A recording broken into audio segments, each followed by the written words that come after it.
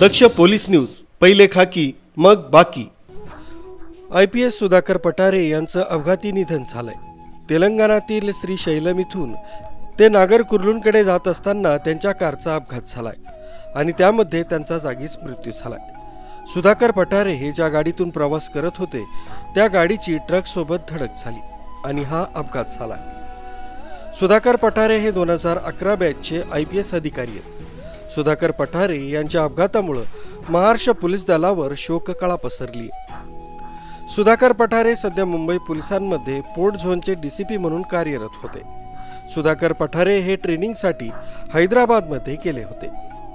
त्या ठिकाणी त्यांच्या एका नातेवाईकासह ज्योतिर्लिंगाच्या दर्शनासाठी जात असताना हा अपघात झाला। या अपघातात सुधाकर पठारे यांच्यासोबत त्यांच्या नातेवाईकाचाही मृत्यू झाला। दरम्यान या घटनेची माहिती तेलंगणा पोलिसांनी मुंबई पोलिसांना कळवली। स्पर्धा परीक्षा देत असताना 1995 साली ते जिल्हा विशेष लेखा परीक्षक झाले। त्यानंतर 1996 साली विक्रीकर अधिकारी वर्ग 1 म्हणून त्यांची निवड झाली। 1998 साली पोलीस उपअधीक्षक म्हणून त्यांची निवड झाल्यानंतर पोलीस खात्यातच ते रमले। आतापर्यंत त्यांनी पोलीस उपअधीक्षक म्हणून पंढरपूर, अकलूज, कोल्हापूर शहर, राजुरा इथं सेवा बजावली।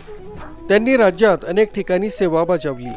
अपर पोलीस अधीक्षक म्हणून चंद्रपूर, वसई तर पोलीस अधीक्षक म्हणून CID अमरावती इथं सेवा बजावली।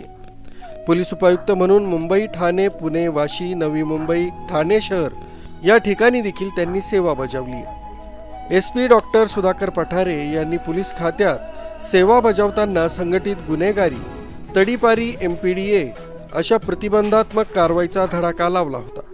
कायदा तसंच सुव्यवस्था अबाधित राखण्याबरोबरच त्यांनी पोलीस दलात अनेक विविध उपक्रम राबवले।